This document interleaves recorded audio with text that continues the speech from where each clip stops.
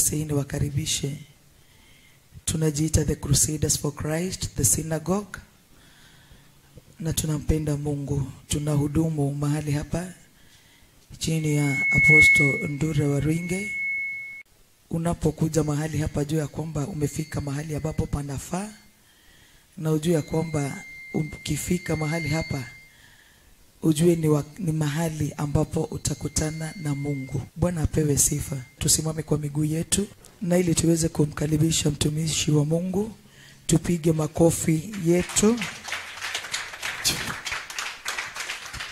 Thank you. Chukua dakika moja umshukuru Mungu, mwambie asante. Nifungue leo masikio yangu nikakusikie kwa njia ya utofauti, mwambie hivyo.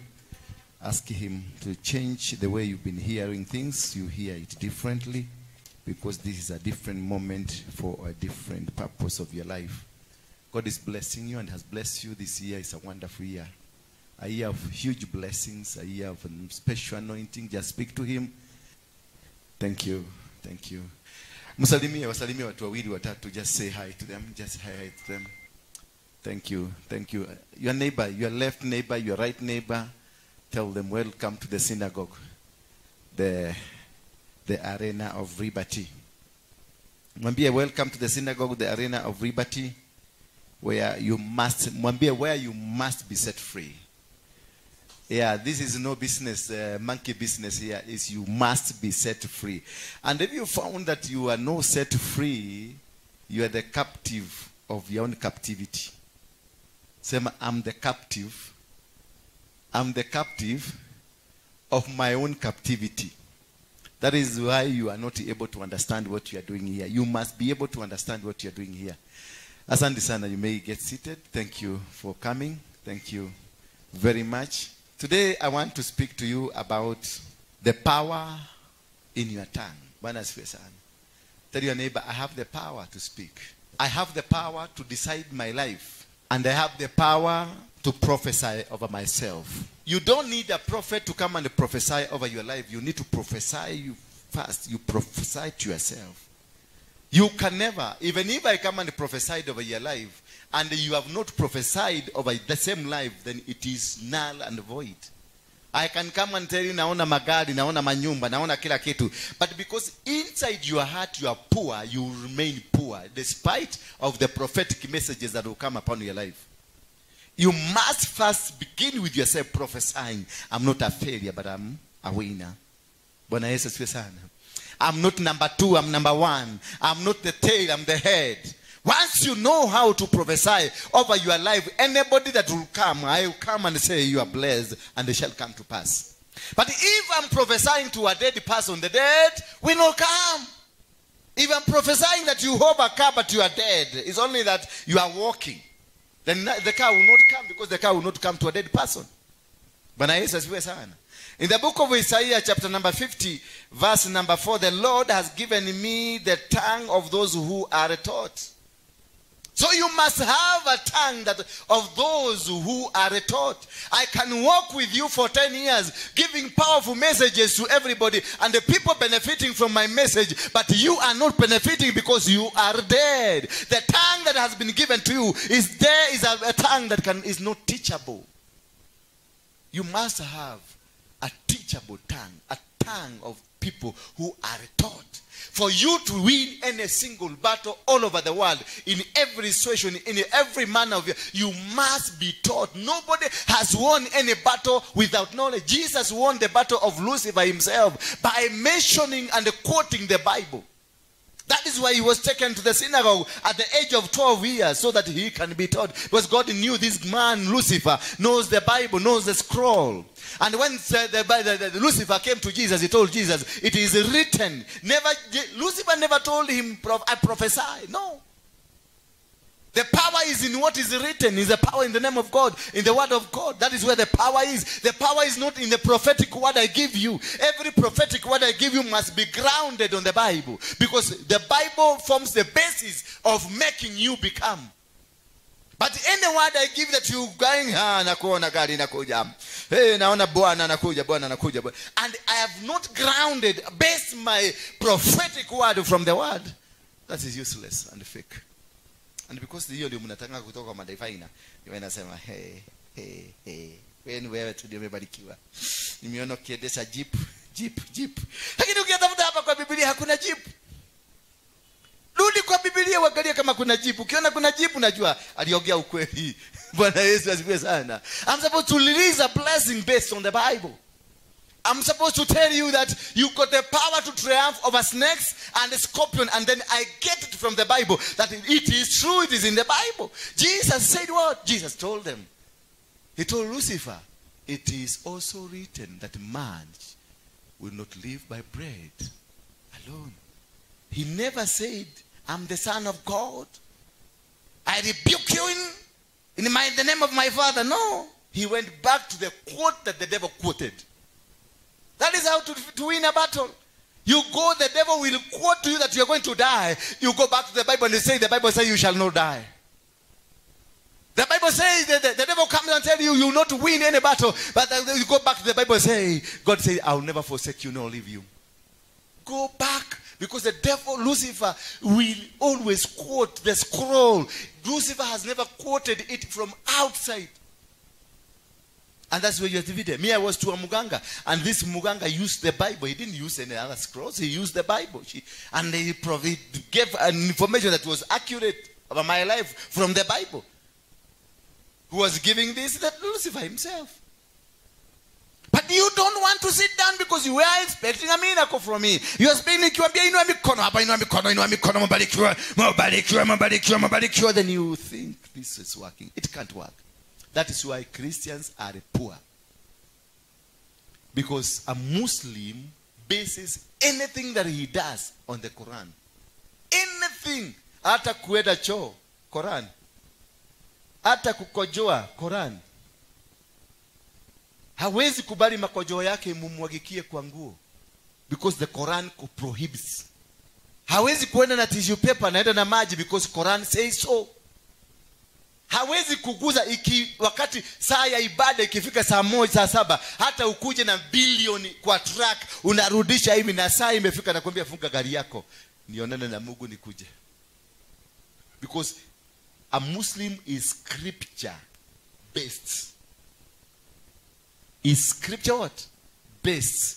You only mention Jesus ukihegwa. Jesus. Sasa hiyo unaenda kuanguka. Nasema Jesus. That is the day you mention about Jesus.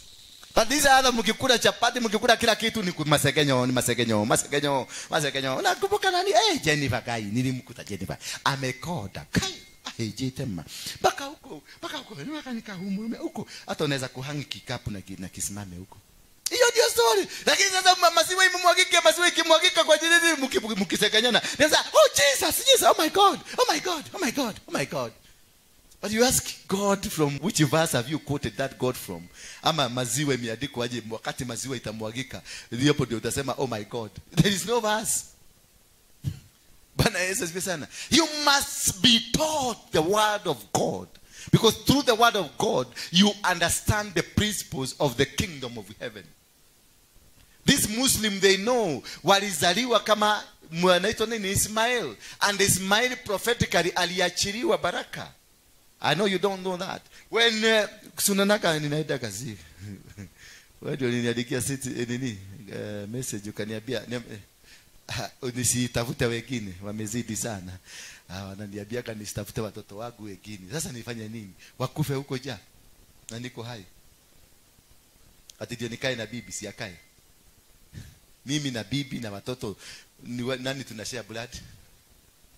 Sini watoto.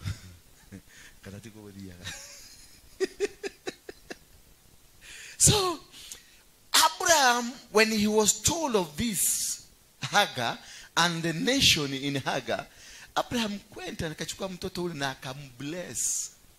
Wewe wanaume, tunamwona mtoto bless them. Bless them, release a blessing to them. Don't do that wakikuta kitoto kinapita hapo nasema sasa yuko na bibi na umebeda bibi na bibi ametoka kwao ako na maneno 45 ametoka kwao umekutana naye tu sasa na damu yako inakula chokora hapa na uwezi kumzungumzia na utaki bibi ajue ati nini anakuja dadi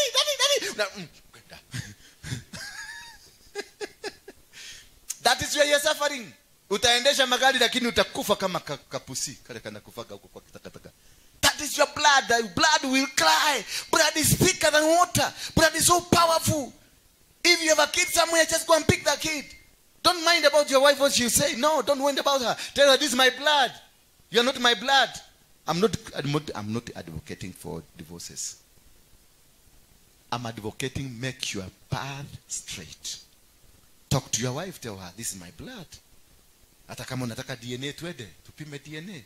I'm not bothering you. Hata kula chakula ya watoto wako, nitangangana wapate chakula. At least kama wako. Because huyo anakula kwa chokora na huyo anakula chakula ya fridge. Au utashida ukiwapeleka hospitali na ule aendagi. Ukapata mtoto wa chokora ako hospitalini ni mgonjwa amelazwa, alikokwa na gari. Lakini siko ugonjwa. Na anakula kutoka kwa mapipa. Because they have a special protection. There are men out there. Kuna wanaume na wamama wako huko nje ambao wamezaa hawa watoto because they were not dropped from heaven. So when they are crying, the cries goes directly. Sasa hiyo umekaa na watoto mmekula ile nyumba za huko Ruda na huko inakuwa na dining room mkubwa vizuri, inazunguka, unarusha kakitu kanaenda shuu, naona masahani zinazunguka na chakula inazunguka. Sasa hiyo mtoto wako anakula na anaokota huko mkuru kwa kule kwa Dadora. That is where I started my life in Dadora. Tulikuwa wanaleta ile kaburi inaitwa Nas, ni makaburi zingine za kuja kutupatakataka huko. Sasa unashika hiyo katika hiyo gari, hiyo takataka imewekwa kwa karatasi moja. Sinaka ile karatasi ya nylon ya yellow, ya black, ya green. Hapa ameweka pupu ya mtoto iko hapo, ile chakula mlibakisha iko hapo, mashindano ya hospitali iko hapo. Sasa tulikuwa nafanya hivi, natoa pupu hivi, natoa pupu hivi, unakuta kibox kizuri chakula mnaenda mnakula. Na tukugojeka. Bwana Yesu asifiwe sana. Sasa hiyo ni ile chakula ulitupa huko. Mtoto wako anaipata huko juu ya mapupu ya mtoto. Sasa what is happening? God is watching over you. Hivi vitoto vyako vitakula, utasikia kimekuwa choked. Akikugojeka kanaanguka chini. Na kanaenda. Kale kako bado kana survive. Na Mungu atakuja kukainua siku moja na akaendeshe. Wakati umekwisha ndio utakutana na hiyo kitoto. Kikikuwa kimkubwa, kimekuwa kiminister, kinakuja kwa daddy, how are you? Unashindwa huyu mtoto amekaa wapi, alikuwa wapi? So the most of the suffering we are suffering, it is because of our own deeds. Correct the mistakes you have. We have so many mistakes, mami. Hii maombi mingi mnatafuta ni makosa ambayo tuko nayo, which needs you to sit down and be taught the word so that you can rectify your bad past, which God is able to forgive. God is calling for you, just repent your sin. Once you repent your sin, you are set free. Know the truth, and the truth will set you. And how else will you know the truth? You must know the word for the word to set you free. So mnaniangalia vibaya sababu mnajua venye mmefanya.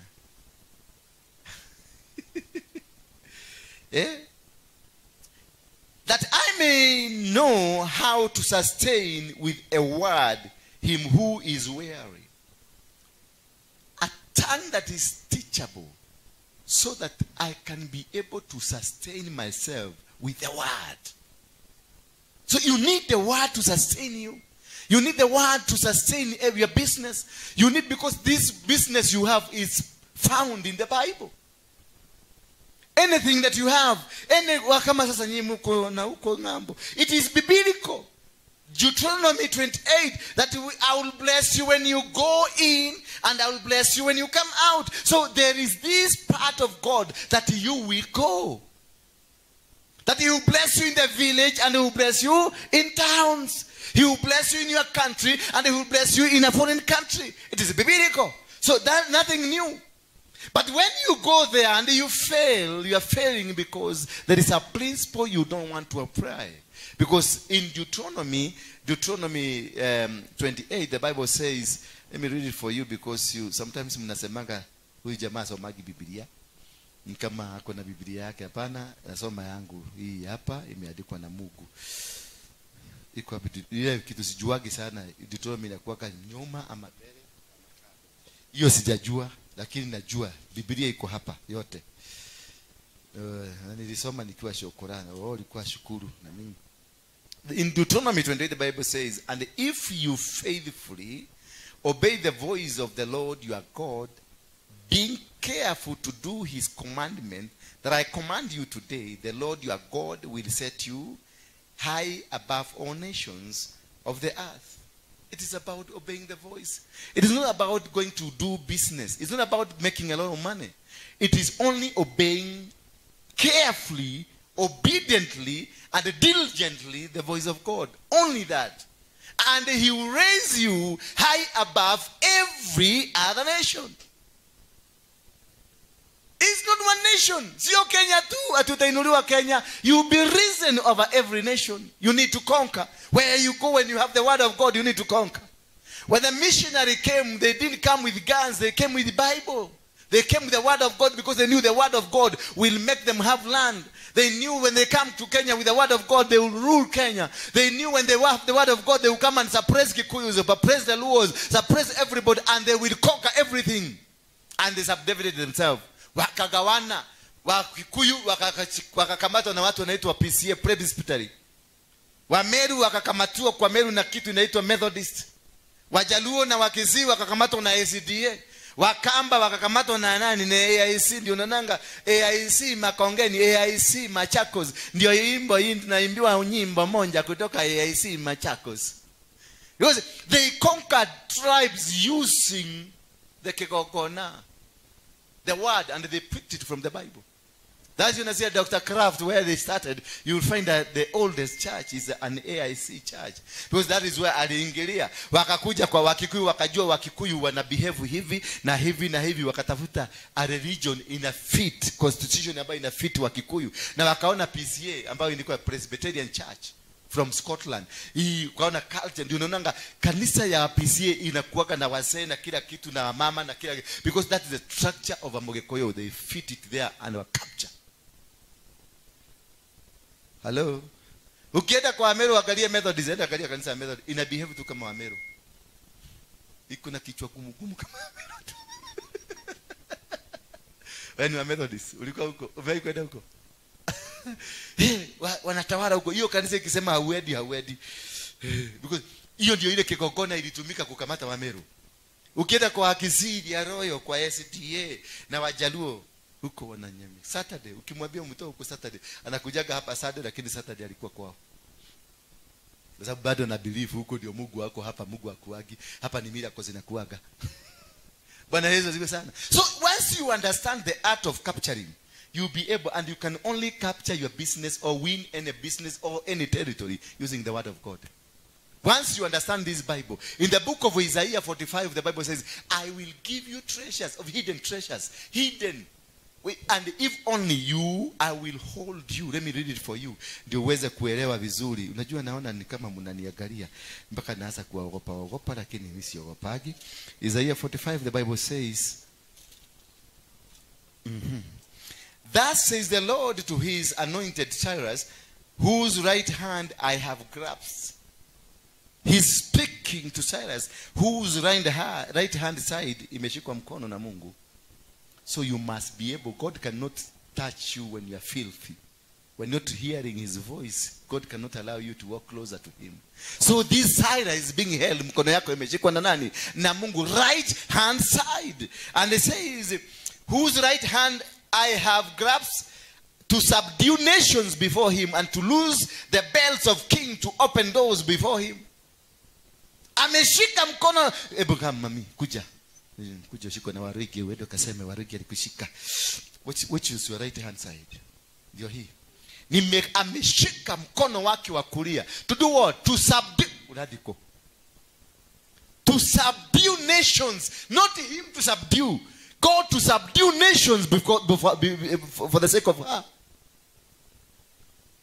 These kingdoms are oppressed, and to untighten the belts of the king for your sake, because amekushika mkono anatembea na wewe. Not you to fight, God to do the job for you. Not you to struggle, God to do everything for you. Because amekushika. When the master, boss yako amekushika mkono, munatembea na yeye na ndio CEO wa Safaricom, na anatembea na wewe ni mtu wa kufagia. Everybody will want to come and ask you, I cannot imagine. CEO, alikuwa amekushika. Everybody will come to you because they know you have built a relationship. God will build the relationship by holding your hand. So whatever that will be happening on your way, itakuwa ni milango tu inafunguka. Thank you, Baba Mami. Milango inafunguka kufunguka because umeshikwa mkono wako wa kulia. Why? Can an enemy unaweza kushikwa mkono na mtu ambaye hamsikiliza naye? So you must be able to have heard the voice of God and obey the voice of God for God to come to you. Akushike mkono akwambie, because you have listened, you've heard me, now I'm going to bless you. Praise be the name of God. So you don't need to struggle in your business. You don't need to struggle in your ministry. You don't need to struggle in your marriage. You need only to obey the voice of God and walk according to the will of God and do according to the will of God. And then God will hold your right hand and make you succeed and go where He wants you to go. I don't know whether you're catching me. Then He will what? He will unbelt kings. Atafungua mishipi yao ndio upate kuchukua kila kitu huko. When the belt is what? Biblically? Those people who are biblical, it in the Bible. We have the head, the helmet, speaking about what? Yeah? Salvation. The bracelet, righteousness. The belt, the truth. He will untighten the kings. Take everything from the kings and give it to you. Hallelujah. I will go, verse number 2 says, I will go before you and level the exalted places. To milima tote, I will go before you and make sure the land is leveled for you. Not you to go and level. Him, He will do it. God says, I will go before you. Before you go to Canada, God will have reached there na amekujengia kanyumba. People will be removed from a house. Literally, wewe ukuje upatiwe nyumba. Na huku Kenya. Hallelujah. Am I making sense to you? Am I? But this can only be found in you if you sit down to be taught the word, to understand the secret. These are mysteries of the kingdom. Because you need to understand the mysteries of the kingdom and how God behaves and how God works. When you are working on the mysteries of the kingdom, these things works for you in your favor because of only being faithful to the voice of God. Not faithful to the voice of man, but faithful to who? To the voice of God.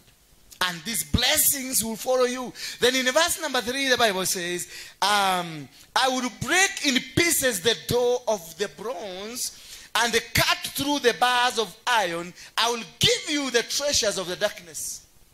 Atavunja milango, avunje mageti, avunje mamegeko zile zimewekwa, mawe na machuma zimewekwa mbele zako. He will destroy them for your sake. And then wale wameficha mali wameficha, ataenda because he knows pale walificha, ataenda huko atakutolea, anakuambia shika hii. Only God knows where your money is. Only God knows where they have hidden your successes. He will cause them to bring them. He will cause them to bring them to you because He has revealed these things to you because He only knows where they are. And this can only happen if you follow and hear the voice, because you will not hear. If you don't hear, He will not communicate with Him. You need to position yourself for hearing the word of God. You need to position yourself because He will be speaking to you. He will be telling you, ukienda kamukoji duka 1, 2, 3. Enda tuoge na wao. Enda tuoge na wao. The power of God. People will be caused to come and give you. People will be caused to come and support you. People will be caused to do something that it's unimaginable. Because you have started following and hearing the voice of God. So any success you need in your life, any success you need in your business, any success you need in your family is listening to God. And if you listen to God, you become a friend of God. And when you are a friend of God, then God will do marvelously.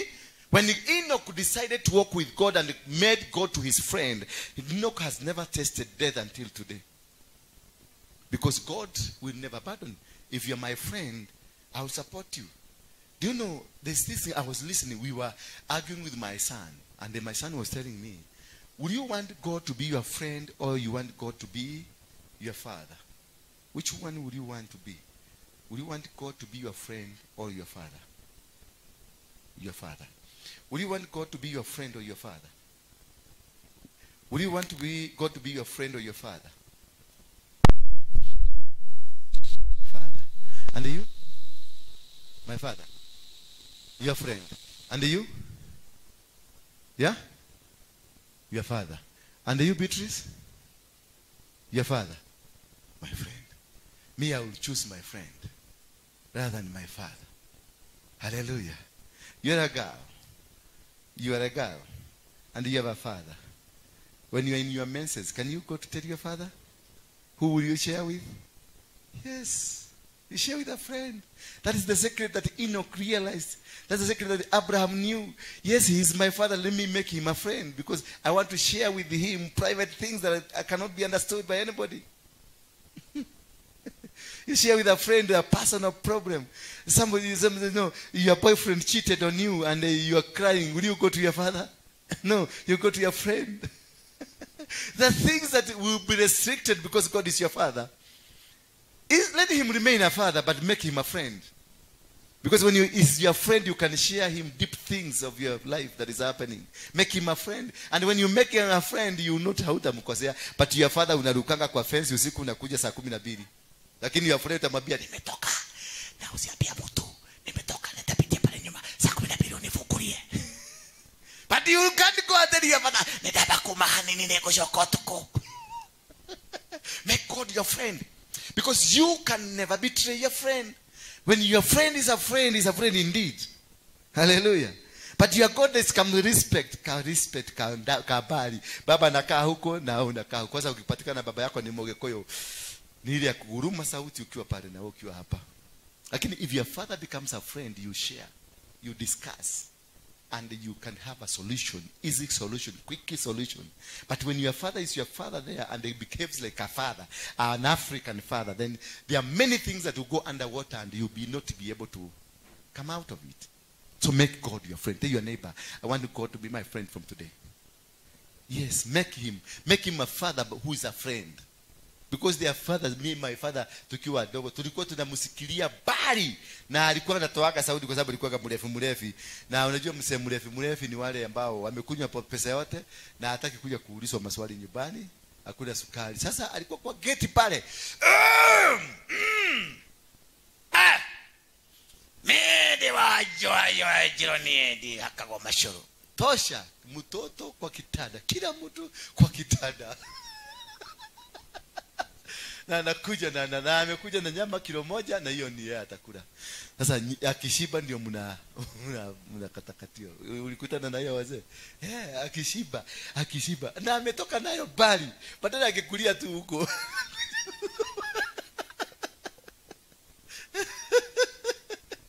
Akishiba ndio mnapatiwa. Yoshamani tena mhudhurie sio? So that is it. Understanding the mysteries of the kingdom. When you understand the mysteries of the kingdom, you stop behaving like a baby. Because the mysteries of the kingdom is not salvation. Salvation is the mystery of the blood of Jesus Christ. And the blood of Jesus Christ will not command you to become rich. It brings a relationship between you and God. It is a platform of your relationship within you and God. But when it comes to the principles of the kingdom, the principles, you must adhere to the principles of the kingdom. Because Muslims, they do adhere to the principles of the kingdom. And they get what they want. Wealth is about the principle of the kingdom, not about salvation. The poorest people now are Christian. Yet they say blood of Jesus. Was Abraham saved? Was Moses saved? Was Moses saved? None of them was saved. Abraham is the father of faith. Abraham, the blessing was given, the blessings of the world. The blood of Jesus is a platform for you to have a relationship with God so that you can understand the teachings of God. I say, hello. Once you have the platform, which is the blood of Jesus, that connects you to be the friend of God. Now God will tell you, before you get this, you must raise this altar. Wherever Abraham, wherever Moses went, they raised the altars. Abraham, for him to become a father of faith, God asked him, bring me your son. And when he was about to slaughter the son, God appears to him through what? A goat. And he gives because of that faith. Because God is not interested in what you give. He's interested in what is your heart towards what you are giving. God is not interested in the end result. It is the beginning. Why were you giving? Why? Because he asked, give me your baby. And he was ready. Remember, the son asked him, I can see the firewood and I can see everything, a knife. Where is the goat? What did he say? God will provide. Because God is looking at the heart. At the heart of giving. Why did you give? Are you giving because uko na shida? You are sick? Mapepo imejaa kwenu. Sasa that is why you are coming to give. That's why we are failed. Give when you don't have a problem. Not because mapepo imekuwa mingi. Yes, it's right, you give. It's part of redemption. But if you can be giving before you get into this trouble, you will not get into trouble. Bwana Yesu asifiwe sana. If you give, because giving or sacrifices is like insurance. The principle of insurance is the principle of heaven.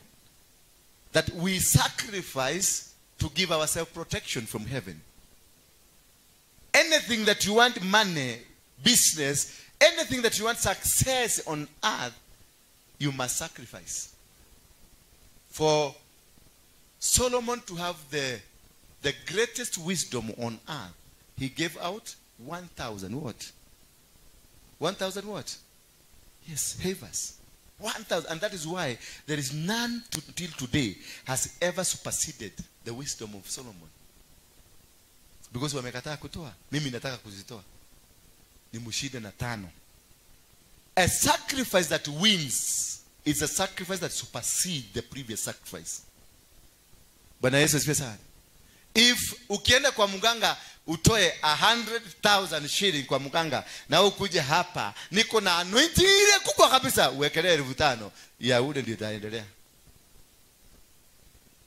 That's the principle of the kingdom. It's not about salvation. It's a principle of the kingdom. In the world of sacrifice is the highest bidder. Wins the battle. Wakati mfalme wa Filisti, Elijah alikuwa ameprofesaia wana wa Israeli na akamwambia mkienda mtashinda. It was a prophetic word from the man of God. And they gave a sacrifice of a goat. Wakati walipambana mpaka saa 11 jioni, mfalme wa Filisti akaona we have been finished. Alishika mtoto wake wa kiume akamgongesha kwa ukuta, akafa, akamtoa sacrifice. And from there table turned. Watoto wa Israeli walinyoroswa. Baka wakaenda kuuliza Elijah, si you prophesied. But the sacrifice. Why God gave his only begotten son, so that whoever that believes in him will be redeemed. He gave the highest sacrifice. So whatever sacrifices you give, wacha kufikiria kutuma kakiri 10 katakuchange. Hapana. Ndio nakwambia fanya research, due diligence. What kind of a demon are you fighting in your family? For how long has it been there? If it is uganga iko kwenu, for how long has it been there? How many gods? Kama imekuwa for 100 years. Unaenda kwa jira kwa deje to bolishika na mbuzi ngapi zimechinjwa tangu siku 100 years. Hallelujah. Bwana Yesu asifiwe sana. Leo nimeenda deep sana. But you must be able to understand.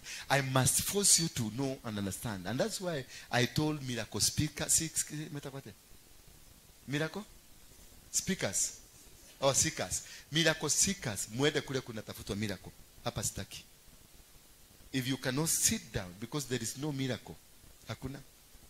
Whatever I'll come nikuwekelee mkono uanguke hivi, hata ukienda kwa mganga utawekelea mkono utaanguka. Don't equate me na muganga. I want to be a teacher. Rabbi. Jesus. He taught the world.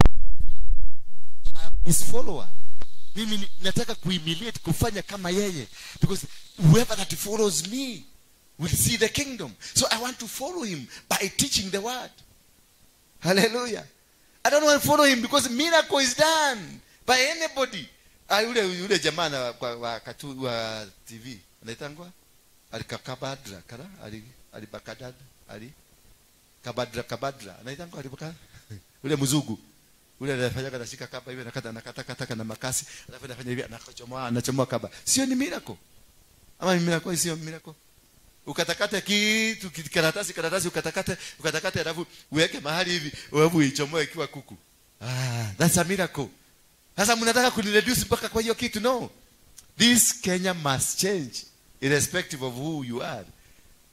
Ndio nakwambia kadanga na watishia na wabia bado mimi ni komanda. Hallelujah. We must change. For miracles don't come here. Go with your money. I have money. Chukua pesa yako kwenda nayo. But if you want to sit down and nikufundishe so you can set yourself free, that's a greatness. Because kutafuta kazi, kama ni kazi unataka iko kwenye Biblia. Kama ni utajiri unataka iko kwenye Biblia. How to get these riches, it's in the Bible. It is only by obeying the voice of God. How many ulikuwa unajua hivyo?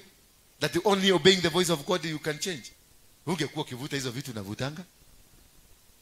Wewe. Si uliweka tu damu yako kwa karatasi na ukauza soro yako?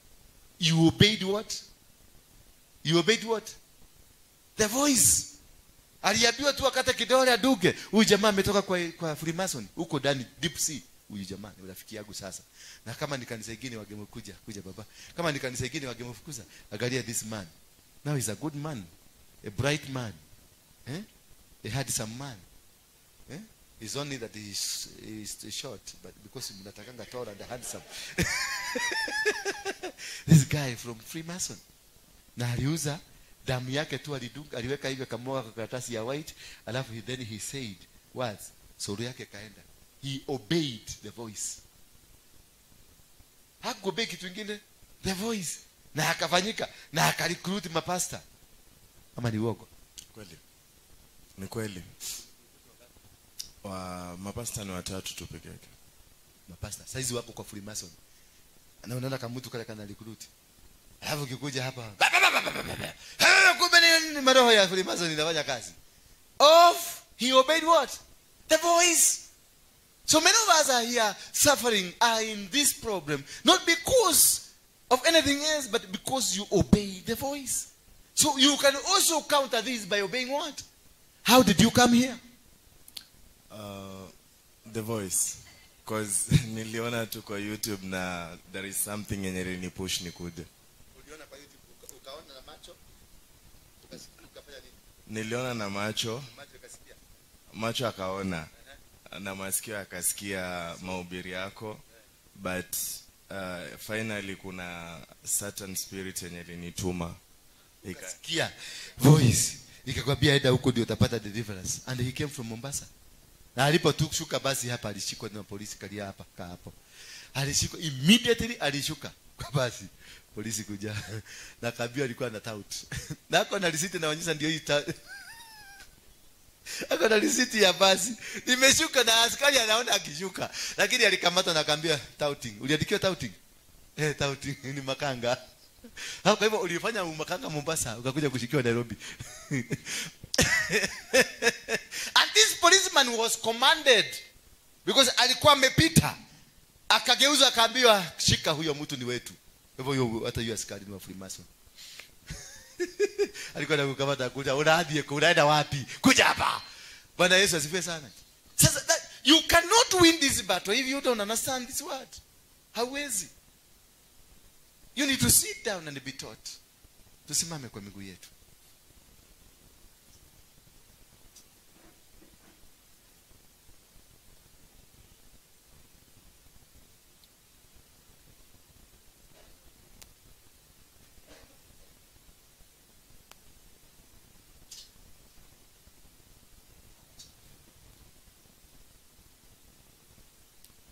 For this verse number 4, the Bible says, Isaiah, for the sake of my servant Jacob and Israel, my chosen, I call you by your name. I name you, though you do not know me.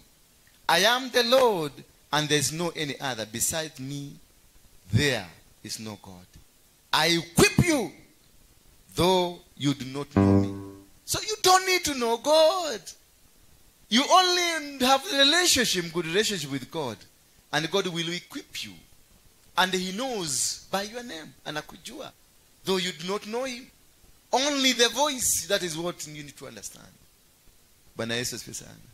I want you to go mbele za Mungu tu. Mwambie, I want to hear your voice today. Reconnect me to understand your voice. Reconnect me, God, back to you. Open my ears. I want to be listening and to be hearing from you. Just surrender to him. And these small issues mnekuwa nazo, they will not attack you anymore. You will never find them. They will be out of your life. Any business you want, just hear the voice of God. Because God, if you listen to to God, then God will be commanding you to go anywhere you go, and nobody will grab your business from you, because the voice of God will have covered you. He says, nitaenda mbele zako. I will be there before you start a business. I will be in China. I will be in Turkey. I will be in India, already transacting for you. You will come only to witness the marvelous work I have in your life. That's the secret of understanding the kingdom of heaven. Inua mikono yako tu juu. Sema, Bwana Yesu, nimekuja hapa siku hii ya leo. Sikuwa najua mapenzi yako yalivyo. Lakini kutoka leo nitakusikiliza, nitakufuata na nitafanya mapenzi yako. Sikukuja hapa kutafuta wewe ndio unisaidie. Nimekuja hapa kwa sababu wewe ni Mungu. Na nitaishi kusema wewe ni Mungu. Nikiwa nazo na nikiwa sina, utabaki kuwa Mungu. Thank you, Jesus. Father, I thank you. Ninakuabudu jioni hii. I bless your name, Father. I glorify you because you are the Lord. You are my Father and my salvation. You've sent these children to this house because you know there is something for them in this house. I command these blessings to go to them. Whatever they come looking for in this house, may they receive it in the mighty name of Jesus Christ. I break every bondage, every curse, every generational curse, every personal curses, every territorial curses against themselves. God, I destroy them. I dismantle them. I bring them down in the mighty name of Jesus Christ. Ninavunja mikataba na damu zote zilizotolewa za kishetani. Kule souls zao ziliuzwa kwa shetani, ninaziregesha kwao. I bring back, narudisha nyota zao, ninarudisha pesa zao, ninarudisha familia zao na ndoa zao, business zao naziregesha mikononi mwao. Speak to these souls tonight, Father. When your son Jesus alikuwa navuka upande ule mwingine, akapatana na mtu ambaye alikuwa amepagawa na demons nyingi. Alipofika pale, zile demons zikaanza kuondoka. Thank you, Father, for hearing our prayers, for listening to us, and for opening our ears towards you. We have surrendered. I give you these children. They have already surrendered to you. They want you to use them. Teach them and allow them to hear your voice in whatever circumstance they are in. They have given their sacrifices here, God. May you open every door, every window, and every opening they deserve. With the book of Isaiah 45, may every iron gate that is against them be destroyed. Every hill that has been raised against their businesses, against their families, be leveled in the mighty name of Jesus Christ. I set them free from the bondages, traditional bondages, forces of darkness, spirit of witchcraft, the spirit of Freemason, and the spirit of Illuminati. It doesn't matter what kind of it is. I destroy it in the mighty name of Jesus Christ. May your name be glorified. In Jesus' name we pray. Amen. And now may the grace of our Lord Jesus Christ and the love of God and the fellowship of the Holy Spirit be with us now and forevermore. Amen. Let me tell you one thing. From today, I'm not that ordinary person. I've been anointed to break the yoke. The sky will not even be my limit. I will conquer them that will come against me. Anything I want, I will get. Wherever I'll go, I will win. All the forces of darkness will never prevail over me. Will never prevail over my family. Will never prevail over my business. My God is my Redeemer. Amen. Thank you. God bless you.